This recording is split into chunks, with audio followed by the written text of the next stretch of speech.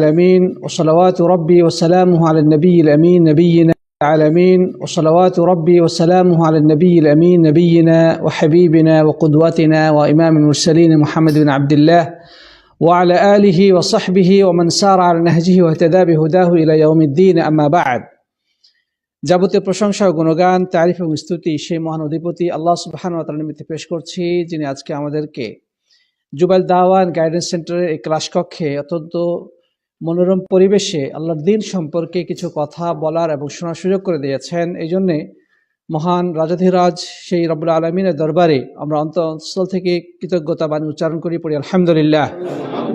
অতঃপর সালাত সালাম এবং অবারিত শান্তি ধারা বর্ষিত হোক প্রাণপ্রিয় নবী মুহাম্মদ রাসূলুল্লাহ সাল্লাল্লাহু আলাইহি ওয়াসাল্লামের প্রতি, যিনি আমাদের মহান আদর্শ, মহান নেতা, মহান অনুসরণীয় এবং অনুকরণীয় শিক্ষক। আসুন সেই প্রিয় নবীর প্রতি আমরা হৃদয়ের সবটুকু ভালোবাসা এবং আবেগ মিশিয়ে সালাত সালাম পেশ করি, পড়ি সাল্লাল্লাহু আলাইহি ওয়াসাল্লাম। প্রাণপ্রিয় উপস্থিতি, সম্মানিত সাথী ভাই বন্ধুগণ, বিশ্বব্যাপী তাওহীদ এবং সুন্নাহর এক অকুতোভয় সিপাহসালার দাওয়াতের মুজাদ্দিদের দ্বীন আল্লামা মুহাম্মদ আব্দুল ওয়াহাব রাহিমাহুল্লাহ কর্তৃক রচিত উসুলুল ঈমান বই থেকে আমরা আকীদা বিষয়ক ধারাবাহিক আলোচনা করছিলাম। সেই ধারাবাহিকতা অনুযায়ী আজকে আমাদের আলোচ্য বিষয় হচ্ছে সময় বা যুগকে গালি দেওয়া। প্রিয় বন্ধুগণ, আমাদের জীবনটা মূলত সময়ের সমষ্টির নাম। আমাদের জীবনে কখনো দুঃখ আসবে, কখনো সুখ আসবে, কখনো হাসি, কখনো আনন্দ, কখনো বেদনা, কখনো উচ্ছ্বাস, কখনো বিষণ্ণতা, এগুলোর সমন্বয়ে আমাদের জীবন। মানুষের জীবনে কোনো বিপদ মুসিবত নেমে আসলে মানুষ সময়কে গালাগালি করে, যুগকে গালাগালি করে, বলে যে সময়টা খুব খারাপ, যুগটা খুব খারাপ। যেমন বিশ্বব্যাপী এক ভয়াবহ বিপর্যয় নেমে এসেছিল 2020 সনে। সারা বিশ্বব্যাপী করোনায় আক্রান্ত হয়ে সমগ্র মানবতা যেন থমকে দাঁড়িয়েছিল। চোখের সামনে আমাদের জানাশোনা অসংখ্য মানুষ এই দুনিয়ার মায়া ছিন্ন করে রবের দরবারে চলে গিয়েছে। অসংখ্য মানুষ এই ভয়াবহ মহামারীতে আক্রান্ত হয়ে হসপিটালের বেডে এক মানবতার জীবনযাপন করেছে। যারা সেখান থেকে সুস্থ হয়ে ফিরে এসেছে, তারাও বিভিন্ন সময়ে খুব দ্রুতই বিভিন্ন রোগে আক্রান্ত হয়ে বিভিন্নভাবে ক্ষতিগ্রস্ত হচ্ছে, অনেকে মৃত্যুর কবলে ঢলে পড়ছে। তার মানে তার প্রভাব এখনো মানুষের মধ্যে রয়েছে। প্রিয় বন্ধুগণ, এই যে করোনায় আক্রান্ত এই বছরটাকে অনেক মানুষ অভিশপ্ত বছর হিসেবে আখ্যা দিয়ে থাকে, নাউজুবিল্লাহ। অর্থাৎ তারা এই বছরটাকেই অভিশপ্ত বলে থাকে। মানুষের জীবনে নানা সমস্যায় আসলে তারা বলে, ভাই সময়টা খুব খারাপ যাচ্ছে, বলে কিনা? এগুলো মুশরিকদের বৈশিষ্ট্য। আরবের মুশরিকরা তাদের জীবনে কখনো যদি বিপদ আপদ নেমে আসতো, বালা মুসিবত নেমে আসতো, তখন তারা সময় বা যুগকে গালাগালি করত। তারা যুগের প্রতি দোষারোপ করত। কিন্তু ইসলাম হচ্ছে তাওহীদবাদী এক মহান জীবন আদর্শ। এই যে সময় অতিবাহিত হচ্ছে, দিনের পরে রাত, রাতের পরে দিন আবির্ভাব ঘটছে, এটা কার নির্দেশে? আল্লাহ সুবহানাহু ওয়া তাআলার নির্দেশে। আল্লাহ সুবহানাহু ওয়া তাআলা এই বিশ্বটাকে পরিচালনা করছেন। তারই নির্দেশে পূর্ব দিগন্তে একটি রক্তিম সূর্যের আবির্ভাব ঘটে। সেটা আবার সন্ধ্যার সময় পূর্ব দিগন্তে অদৃশ্য হয়ে যায়, নেমে আসে অন্ধকার। এই যে আলো আঁধারির মাঝেই এই সময়টা ধীরে ধীরে কালের গর্ভে বিলীন হয়ে যাচ্ছে। আমরাও এই কালের পিঠে চড়ে আমাদের শেষ গন্তব্যের দিকে ছুটে চলেছি। এর নিয়ন্ত্রক কে? আল্লাহ রাব্বুল ইজ্জাত ওয়াল জালাল। তার নির্দেশক্রমে এটি ঘটছে। অতএব যুগের কোনো দোষ নেই, সময়ের এখানে নিজস্ব কোনো কর্তৃত্ব নেই। সময় নিজে নিজে প্রবাহিত হয় না, যুগ নিজে নিজে পরিবর্তিত হয় না। এই জন্যে কবি বলেছেন যে জামানা ঠিকই আছে, মানুষ সব পাল্টে গেছে। সেই সৃষ্টির আদিলগ্ন থেকে নিয়ে অদ্যাবধি সেই দিন এবং রাতে কি কোনো পরিবর্তন ঘটেছে? সেই সূর্য, সেই চন্দ্র, সেই আকাশ, সেই তারকাপুঞ্জ, সেই আলো, সেই বাতাস, এসব কিছু আগের মতোই প্রবাহিত হচ্ছে। কিন্তু এই সময়ের ব্যবধানে মানুষ পাল্টে গেছে, মানুষের আচার আচরণ, মানুষের চরিত্র, মানুষের নীতিনৈতিকতা পরিবর্তিত হয়ে গেছে। অতএব জামানাকে দোষ দেওয়া মূর্খতা ছাড়া অন্য কিছু নয়। দোষ দিলে আমাদের নিজেদেরকে দোষারোপ করতে হবে। আমরা পাল্টে গেছি, আমাদের আচরণ পাল্টে গেছে, কিন্তু সময় পাল্টে যায় নাই। সময় সে অতীতে যেভাবে প্রবাহিত হতো এখনো সেভাবেই প্রবাহিত হচ্ছে, আগামীতেও সেভাবেই হবে। তার নিজস্ব কোনো কর্তৃত্ব নেই। যাই হোক প্রিয় বন্ধুগণ, এই জন্যে মানুষের এই স্বভাব সম্পর্কে হাদিসে বর্ণিত হয়েছে, যে হাদিসটি বর্ণনা করেছেন সবচেয়ে অধিক হাদিস বর্ণনাকারী সাহাবী, হাদিস জগতের এক উজ্জ্বলতম নক্ষত্র আবু হুরায়রা রাদিয়াল্লাহু তাআলা আনহু। তিনি বলছেন যে আল্লাহ নবী সাল্লাল্লাহু আলাইহি ওয়াসাল্লাম বলেছেন, আল্লাহ নবী বলেছেন যে আল্লাহ তাআলা বলেছেন। তার মানে এটা হাদিসে কুদসি। যে হাদিসের মধ্যে আল্লাহ নবী সাল্লাল্লাহু আলাইহি ওয়াসাল্লাম বলেছেন যে আল্লাহ তাআলা বলেছেন, এই হাদিসটাকে হাদিসে কুদসি বলা হয়। অতএব এই হাদিসটা হাদিসে কুদসি। হাদিসটি হচ্ছে ক্বাল আল্লাহু আযজা ওয়া জাল, আল্লাহ তাআলা নিজেই বলছেন, ইউযিনি ইবনু আদম ইয়াসুব্বুদ দাহর ওয়া আনা আদ-দাহরু বিয়াদিল আমর উকাল্লিবুল লাইলা ওয়ান নাহার। এই হাদিসটি মুত্তাফাকুন আলাইহি তথা সহিহ বুখারী এবং মুসলিমে একসাথে বর্ণিত হয়েছে। তো এই হাদিসে আল্লাহ তাআলা বলছেন, বনি আদম মানে আদমের সন্তানেরা সময় বা যুগকে গালি দেয়, অথচ আমি তো যুগ। এই আমি যুগ এ কথার বলার অর্থ কি? আমার হাতেই রয়েছে এই যুগের নিয়ন্ত্রণ, আমার হাতেই এই যুগের নিয়ন্ত্রণ রয়েছে। রাত এবং দিনের পরিবর্তন আমি তো ঘটিয়ে থাকি। এই যে রাতের পরে দিন, দিনের পরে রাতের আবির্ভাব ঘটে, এটা আল্লাহর নির্দেশক্রমেই হয়ে থাকে। সূর্যের নিজস্ব কোনো ক্ষমতা নেই, দিনের নিজস্ব কোনো শক্তি নেই, রাতের নিজস্ব কোনো ক্ষমতা নেই যে সে ইচ্ছা মতোই দিনের পরে রাত হয়ে যাবে, রাতের পর দিন হয়ে যাবে। এটা সম্ভব না। আল্লাহ সুবহানাহু ওয়া তাআলা যখন সূর্যকে নির্দেশ দিবেন, তখন সূর্য আর পূর্ব দিক থেকে উদিত হবে না, তখন পশ্চিম দিকে উঠে যাবে। আর সেটাই হচ্ছে কিয়ামত। সেটাই কি? কিয়ামত। অতএব বনি আদম যখন সময়কে গালি দেয়, সে প্রকারান্তরে আল্লাহ তাআলাকেই গালি দেয়। নাউযুবিল্লাহি মিন যালিক। কেউ যখন বলে যুগ খারাপ হয়ে গেছে, তার অর্থ হলো সে আল্লাহকে খারাপ বলল। নাউযুবিল্লাহ।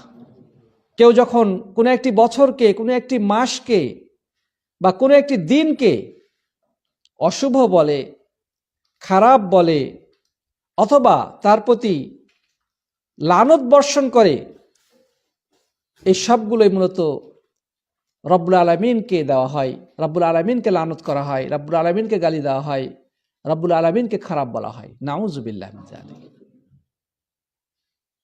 প্রিয় সাথী বন্ধুগণ, অতএব আমাদের জবানকে কন্ট্রোল করতে হবে, আমাদের মুখের ভাষাকে নিয়ন্ত্রণ করতে হবে। আমি কি বলছি, আমার কোনো কথা, আমার কোনো মুখের বাচন শরীয়ত বিরোধী হয়ে যাচ্ছে কিনা, ইসলামে এই কথাটা কতটুকু বৈধ, সেই বিষয়টা বিবেচনা করে আমাদেরকে কথা বলতে হবে। মুখ থাকলেই যা খুশি তাই বলা যায় না।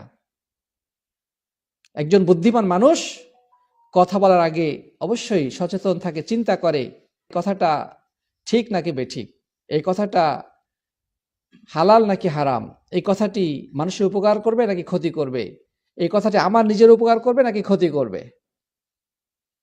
মোট কথা আমাদের জবানকে নিয়ন্ত্রণ করতে হবে, কথা বলার আগে ভেবেচিন্তে কথা বলতে হবে। সুতরাং একজন মানুষ বিপদে পড়ে যদি সময়কে গালি দেয়, যুগকে অভিসম্পাত করে, অথবা কোনো একটা নির্দিষ্ট টাইম পিরিয়ডকে অশুভ মনে করে, তাহলে এটা হচ্ছে আল্লাহ রাব্বুল আলামিনের প্রতি কুধারণা, তাকে গালি দেওয়ার শামিল, তার প্রতি লানত বর্ষণের শামিল, যেগুলো সম্পূর্ণরূপে হারাম এবং নাজায়েজ। কেউ যদি জেনে বুঝে এমনটি করে তাহলে সে ইসলাম থেকে বের হয়ে যাবে, কারণ তা হচ্ছে রব্বুল আলামিনের প্রতি চরম ধরনের ধৃষ্টতা এবং বেয়াদবি ছাড়া অন্য কিছু নয়। আরবের মুশরিকরা এভাবে সময়কে গালাগালি করত এবং তারা মনে করত যে সময়ের নিজস্ব শক্তি আছে, নিজস্ব ক্ষমতা আছে। আল্লাহ সুবহানাহু ওয়া তাআলা সূরা জাসিয়ার 24 নম্বর আয়াতে এই বিষয়টি উল্লেখ করেছেন।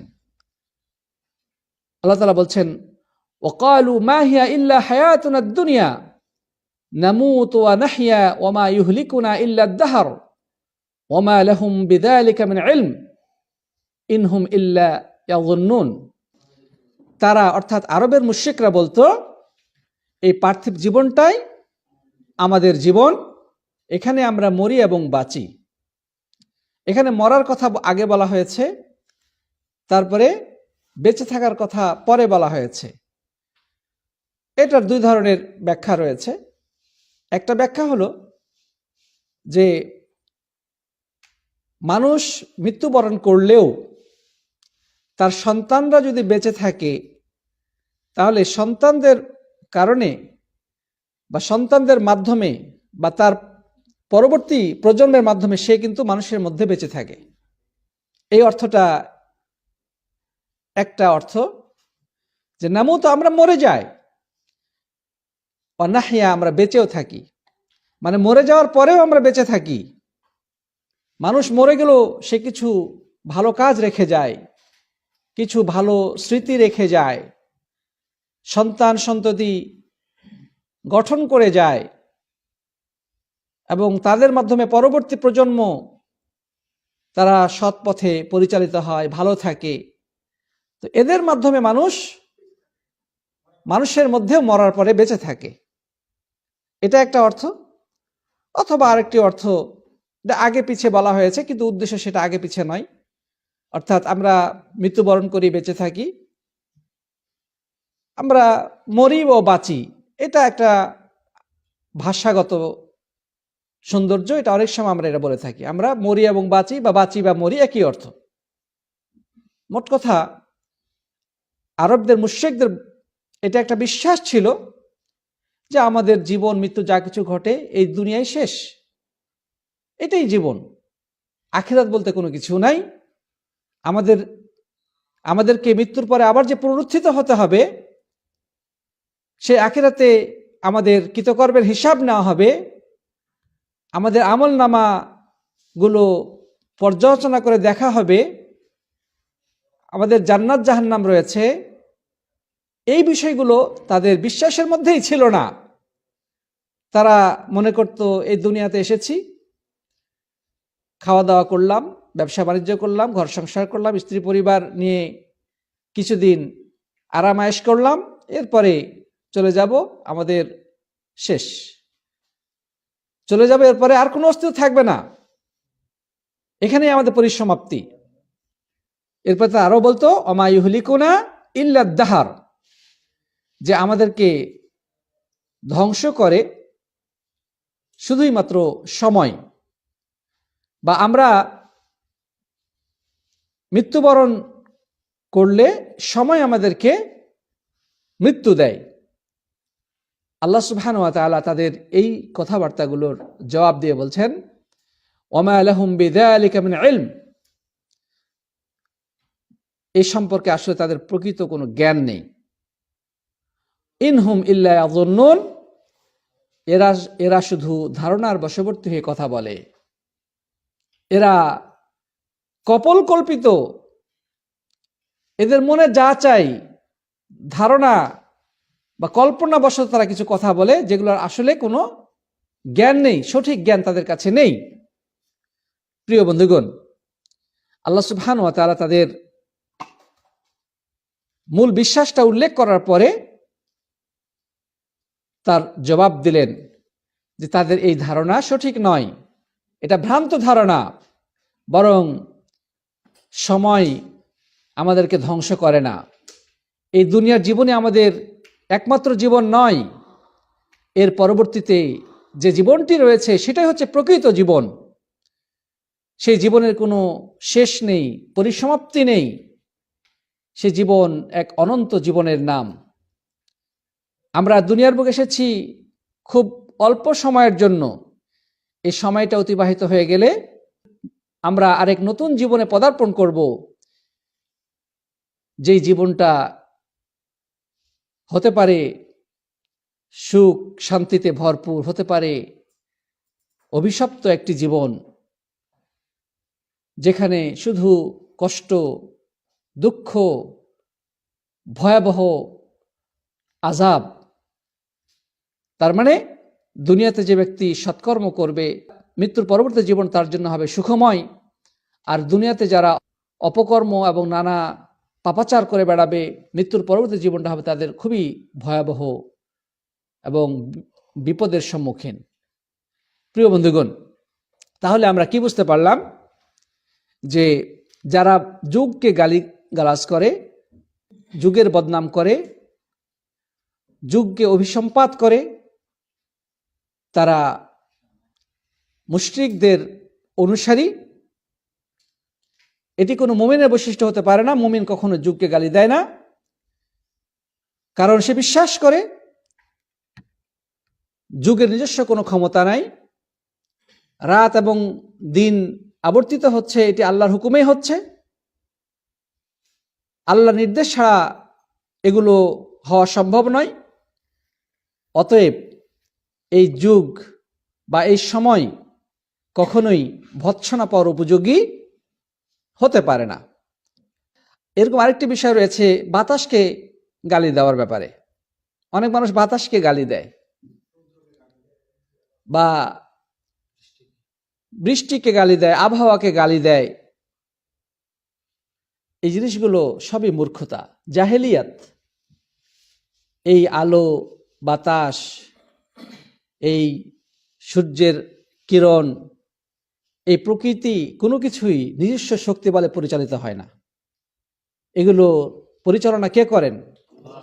আল্লাহ সুবহানাহু ওয়া তাআলা করেন। অতএব এই সমস্ত জড় পদার্থ অথবা এই সকল প্রকৃতি কখনোই গালি খাওয়ার উপযুক্ত নয়। এদেরকে গালি দেওয়া মানে হচ্ছে নিজের মূর্খতার বহিঃপ্রকাশ বা জাহেলিয়াতের বহিঃপ্রকাশ। প্রিয় বন্ধুগণ, কথা শেষের দিকে চলে এসেছি, তবে এখানে আরো দু একটি পয়েন্ট বলা প্রয়োজন। সেটা হচ্ছে, এখানে একটা কথা বলা হয়েছে যে ইউজিনি বনু আদম, ইউজিনি বনু আদম, আদম সন্তান আমাকে কষ্ট দেয়। তার মানে আল্লাহকে গালি দিলে আল্লাহ তাআলা কষ্ট পায় কিনা? আল্লাহ তাআলা কষ্ট পান। বনি আদম যখন আল্লাহকে গালি দেয়, বনি আদম কষ্ট পায় না? কষ্ট পায়। এখানে একটা বিষয় যে আমরাও মানুষের খারাপ আচরণে বা মানুষ যদি আমাদেরকে গালাগালি করে তখন আমরাও কষ্ট পাই। তা আমরা কষ্ট পাই, আল্লাহ তাআলাও কষ্ট পান। এই দুই কষ্ট মানে এই দুইটা জিনিস কি এক? এই দুইটা জিনিস এক নয়। প্রকৃত অর্থে আল্লাহকে কষ্ট দেওয়া হয়, কিন্তু আমরা কষ্ট পেলে আমাদের ক্ষতি হয়। আমাদের শারীরিক, মানসিক নানা দিক থেকে আমরা ক্ষতিগ্রস্ত হই। কিন্তু আল্লাহ তাআলার কোনো ক্ষতি হয় না, কারণ বনি আদম কখনো আল্লাহ তাআলাকে ক্ষতি করতে পারে না, এই ক্ষমতা তাদের নেই। পার্থক্যটা বোঝা গেছে কিনা? আমরাও বিভিন্ন কারণে কষ্ট পাই। মানুষ আমাদেরকে গালি দিলে, আমাদের বিরুদ্ধে খারাপ কথা বললে আমরা মনে আঘাত পাই, কষ্ট পাই। এটা ন্যাচারাল, খুবই স্বাভাবিক। অনুরূপভাবে কেউ যদি আল্লাহকে গালাগালি করে, আল্লাহ তাআলাও কষ্ট পান। কিন্তু আল্লাহর কষ্ট এবং মানুষের কষ্ট কখনোই এক নয়। লাইসা কামিসলিহি শাইউন ওয়া হুয়াস সামিউল বাসীর। আল্লাহর সমকক্ষ, আল্লাহর সাদৃশ্য কোনো কিছুই নেই। তিনি সবকিছু শুনেন, সবকিছু দেখেন। তাহলে যদিও শব্দগত মিল আছে, কিন্তু এর যে পরিণতি বা এর যে প্রভাব, সেটা ক্ষেত্রে পার্থক্য রয়েছে। মানুষ কষ্ট পেলে ক্ষতিগ্রস্ত হয়, কিন্তু আল্লাহর কোনো ক্ষতি হয় না। আরেকটি পয়েন্ট এখানে রয়েছে, সেটি হচ্ছে এই হাদিসের মধ্যে বলা হয়েছে আনা দাহার, আমি হচ্ছি দাহার বা যুগ। তো এটা কি আল্লাহর কোনো সিফতির নাম? আল্লাহর তো অনেকগুলো নাম রয়েছে, তাই না? তো এই নামটাও কি আল্লাহর কোনো নাম কিনা? দাহার না, এটা আল্লাহর নাম নয়, আল্লাহর নাম নয়। কারণ আল্লাহ সুবহানাহু ওয়া তাআলা এখানে নাম হিসেবে উল্লেখ করেন নাই। দাহার শব্দটি আল্লাহর নাম নয়, রব্বুল আলামিন এখানে নাম হিসেবে উল্লেখ করেননি, বরং তিনি দাহারের আনাদ দাহার, আমি হচ্ছি দাহার বা যুগ বা সময়, এ কথা বলে কি বুঝেছেন সেটা তিনি পরেই ব্যাখ্যা দিয়েছেন। বিয়াদিল আমর উকাল্লিবুল লাইলা ওয়ান নাহার, যে আমার হাতেই রয়েছে নিয়ন্ত্রণ, আমি রাত এবং দিনের পরিবর্তন ঘটাই। তার মানেটা হচ্ছে আল্লাহ সুবহানাহু ওয়া তাআলা এই যুগের নিয়ন্ত্রক, পরিচালক। তার নির্দেশে রাত এবং দিনের পরিবর্তন ঘটে, এই অর্থে তিনি নিজেকে দাহার বলেছেন। কিন্তু এটা আল্লাহ তাআলার আসমাউল হুসনা, সুন্দর নামগুলোর মধ্যে অন্তর্ভুক্ত নয়। কথা বোঝা গেছে কিনা? যাই হোক সাথী বন্ধুগণ, আজকে আলোচনা আমরা এখানেই সমাপ্ত করতে চাই। আশা করি আমরা বিষয়টি বুঝতে পেরেছি। সর্বশেষ আমরা এটাই বলবো, ইসলাম সম্পর্কে আমাদের আরো ভালোভাবে জ্ঞান অর্জন করতে হবে, তাওহীদ সম্পর্কে জ্ঞান অর্জন করতে হবে, শিরিক বিষয়ে জ্ঞান অর্জন করে সে ব্যাপারে সচেতন হতে হবে, আল্লাহর সিফাত সম্পর্কে, আল্লাহর সম্মান ও মর্যাদা সম্পর্কে আমাদেরকে ভালোভাবে জেনে সেভাবে প্রয়োগ ঘটাতে হবে। আমাদের জবানকে কন্ট্রোল করতে হবে, এমন কোনো ভাষা যেন আমাদের মুখ দিয়ে বের না হয়ে যায় যেটা ইসলামের সাথে সাংঘর্ষিক অথবা ইসলামে নিষিদ্ধ। এভাবে যদি আমরা সচেতনভাবে আমাদের জীবন পরিচালনা করি, তাহলেই আমরা আশা করা যায় আখিরাতে সফল কামদের অন্তর্ভুক্ত হতে পারবো এবং ক্ষতির হাত থেকে রক্ষা পাবো। আল্লাহ তাআলা আমাদের সবাইকে তৌফিক দান করুন, আল্লাহুম্মা আমিন। জাযাকুমুল্লাহু খায়রান। হাদা ওয়া সাল্লাল্লাহু আলা নবিয়িনা মুহাম্মদ ওয়া আলা আলিহি ওয়া সাহবিহি আজমাইন। আসসালামু আলাইকুম ওয়া রাহমাতুল্লাহি ওয়া বারাকাতুহু।